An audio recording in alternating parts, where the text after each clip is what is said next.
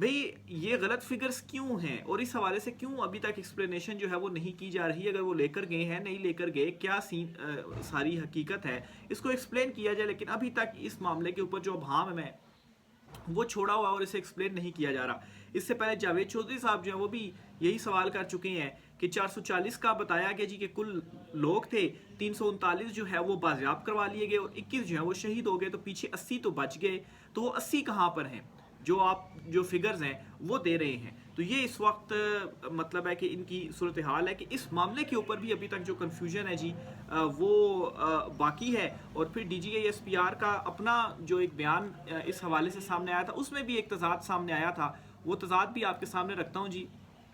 Press conference میں D G I S P R نے بتایا کہ جب سنائپرز کے ذریعے دہشت گردوں کو انگیج کیا تو کچھ لوگ وہاں سے بھاگے اور اس دوران انہوں نے ان یرغمالیوں پر فائرنگ کی، جس سے کچھ جو وہاں کے یرغمال کیے گئے تھے لوگ وہ شہید ہو گئے. لیکن کامران شاہد کو دیے گئے انٹرویو میں انہوں نے کہا کہ آپریشن کے دوران کوئی جو ہلاکت ہے وہ نہیں ہوئی، ہلاکت نہیں ہوئی. اور پھر بعد میں کہا جی کہ ہم نے جب سنائپر کے ذریعے ان کو انگیج کیا، لوگ بھاگے تو پھر انہوں نے جو فائرنگ ہے وہ کی اور اس سے کچھ لوگ جو ہے وہ شہید ہوئے. تو یہ سارا معاملہ ہے جی. اس معاملے کو ابھی تک جو اسٹیٹ ہے وہ کلیئر نہیں کر پا رہی. آگے چلتے ہوئے جی آپ کو اے پی سی کے حوالے سے بھی جو خبر ہے وہ دیتا چلوں کہ ہو کیا رہا ہے اس وقت جی.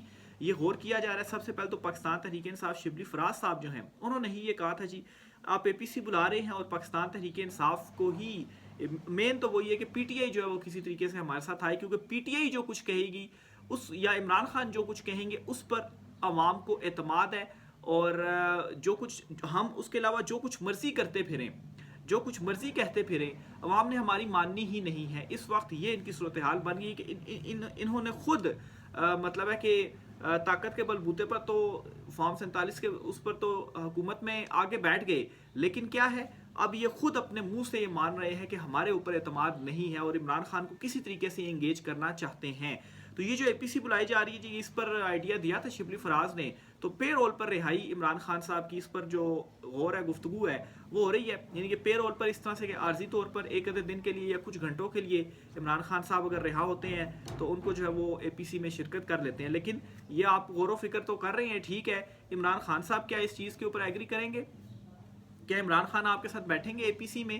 عمران خان آپ کے ساتھ کیوں اے پی سی کے اندر بیٹھیں؟ عمران خان جو ہے وہ کیوں ان لوگوں کے ساتھ بیٹھے جو فارم 47 پر آئے ہوئے ہیں یا جنہوں نے عمران خان کا مینڈیٹ چوری کیا ہے؟ تو بات تو یہ بھی ہے نا. پھر عمران خان صاحب کو کچھ میسیجز بھی پہنچائے جا رہے ہیں این آر او کے حوالے سے، وہ بھی آگے چل کر آپ کے ساتھ میں شیئر کرتا ہوں. لیکن جنہوں نے عمران خان کو جیل میں ڈالا ہوا ہے جعلی کیسز میں، اب وہی یہ غور کریں جی کہ اے پی سی میں عمران خان بھی ہو جائیں. کیوں غور کیا جا رہا ہے؟ کیونکہ عوام، چاروں صوبوں کی عوام، پورے ملک کی عوام عمران خان کے اوپر اعتماد کرتی ہے. ایون کہ بلوچستان کی عوام عمران خان کے اوپر اعتماد کرتی ہے. اور اس وقت عمران خان کا رہا ہونا، عمران خان کا اقتدار میں آنا، عمران خان کا لیڈ کرنا ضروری اس لیے ہے کہ عمران خان کے اوپر ہی عوام اعتماد کرتی ہے. اور عمران خان جس طرح سے سیاسی حل جو پیش کریں گے یا چیزوں کو حل کرنے کی کوشش کریں گے اس پر عوام ان کے ساتھ کھڑی ہوگی. بلوچستان کی عوام بھی، کے پی کی عوام بھی، پنجاب کی عوام بھی، سندھ کی عوام بھی، گلگت اور کشمیر، آزاد کشمیر کی بھی عوام.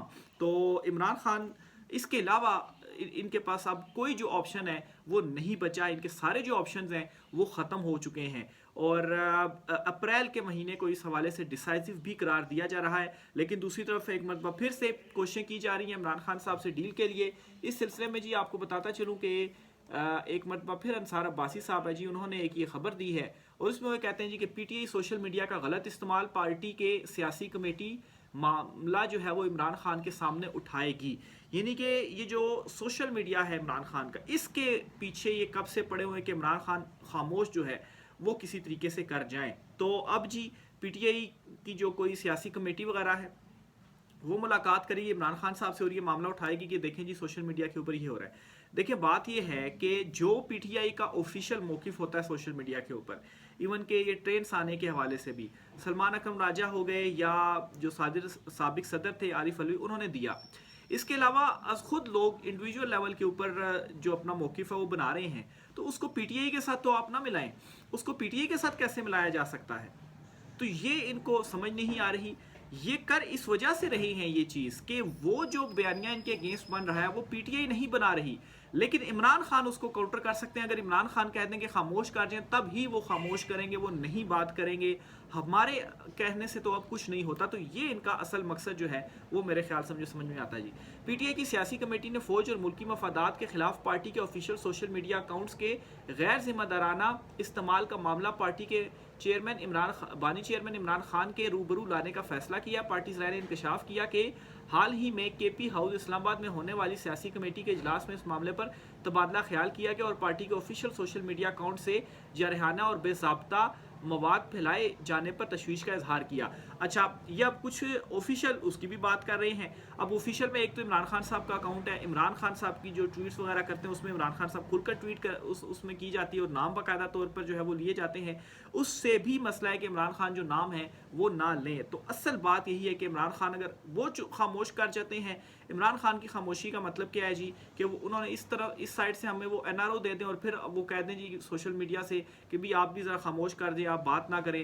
تو یہ اصل میں ان کا پہلا وہ ہے جی کہ عمران خان اس چیز میں ہمیں جو این آر او ہے وہ دے دیں. اور پھر اس کے بعد یہ بھی جو ہے وہ کہا جا رہا ہے جی کہ ہمیں آپ کچھ نہیں کہیں گے جو گزشتہ 2.5-3 سال میں ہم نے کیا, اور اس کے بعد ٹھیک ہے آپ کی رہائی بھی ہو جائے گی. اور اس میں کچھ انٹرنیشنل گرنٹرز بھی ہوں گے جی, اور اس میں واشنگٹن معاہدے کی بھی جو بات چیت ہے وہ کی جا رہی ہے, کیونکہ ظاہر سی بات ہے انٹرنیشنل گرنٹرز ہوں گے تو تب ہی ہماری سانس میں سانس آئے گی کہ ٹھیک ہے جی اب ہم سیف ہیں. ادروائز تو جس طرف حالات جا رہے ہیں تختہ الٹے گا, عمران خان آئے گا تو ہمیں تو اس نے نہیں چھوڑنا ہے. تو عمران خان صاحب سے این آر او لینا ہی لینا ہے, اور عمران خان نے آنا ہے, اور عمران خان نے وزیر اعظم بننا ہی بننا ہے, انہوں نے اقتدار میں آنا ہے, یہ بھی ان کو معلوم ہے.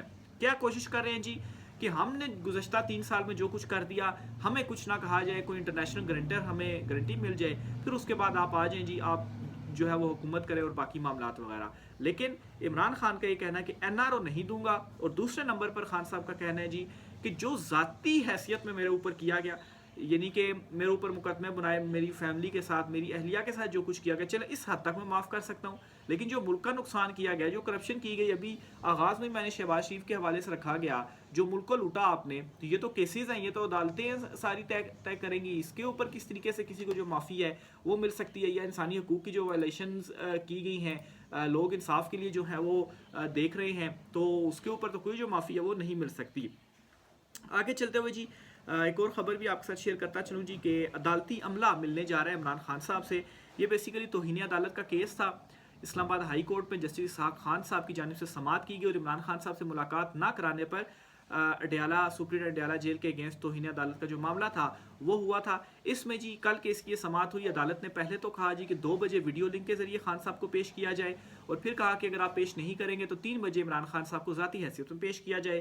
تو بہرحال جی عدالت کو پھر بتایا گیا کہ لنک ڈاؤن ہے اڈیالہ جیل میں, تو ویڈیو لنک کے ذریعے پیش نہیں کر سکتے, اور ذاتی حیثیت میں بھی عمران خان صاحب کو پیش نہیں کر سکتے جی کہ سیکیورٹی کے مسائل ہیں. تو اس پر پھر عدالت نے یہ حکم دے دیا کہ جو عدالتی عملہ وہ عمران خان صاحب سے ملاقات کرے گا.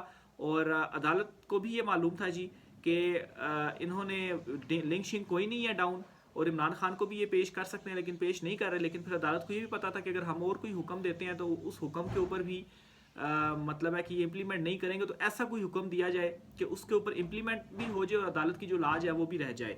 مطلب ججز ابھی خود بھی یہ خیال کرتے ہیں کہ, اور ہوئے بھی ہیں سارے ایونٹس, آپ احکامات دے دیتے ہیں, آگے سے انتظامیہ جو ہے وہ اس کے اوپر امپلیمنٹ بھی نہیں کرتی. توہین عدالت لگاؤ جو مرضی کرو, امپلیمنٹ تو انتظامیہ ہی نہیں کرنا ہے نا. تو یہ اس وقت عدالت کی کو جو ویلیو ہے وہ دیا جا رہا ہے. تو بہرحال جی اس کے اوپر پھر عدالت نے کہہ دی جی کہ عدالتی عملہ ملاقات کر لے گا, جو ڈیٹیلز وغیرہ ہیں عمران خان صاحب سے لے لی جائیں گی کہ مشال یوسفزئی جو ہے وہ آپ کو ابھی بھی ریپرزینٹ کر رہی ہیں یا آپ نے ان کو ہٹا دیا ہے, اور وہ پھر آ کے عدالت کو بتا دیں گی. آخر میں جی سپریم کورٹ آف پاکستان سے بھی ایک خبر ہے.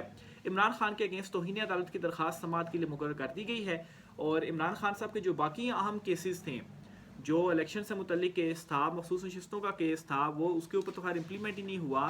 جو انسانی حقوق کی وائلیشنز والا کیس تھا, 26ویں ترمیم والا کیس ہے, دیگر کیسز ہیں وہ تو مقرر نہیں ہو رہے. توہین عدالت والا کیس مقرر ہو گیا, اور اس کے اوپر جسٹس امین الدین خان جو کہ یعنی بینچ کے سربراہ ہیں سپریم کورٹ کے, ان کی سربراہی میں 5 رکنی جو بینچ ہے وہ عمران خان کے اگینسٹ توہین عدالت کے معاملے کے اوپر جو سماعت ہے جی وہ کرے گا, اور 21 مارچ کو یہ جو سماعت ہے وہ ہونے جا رہی ہے جی. اور درخواست کیا تھی جی 25 مئی 2022 کو لانگ مارچ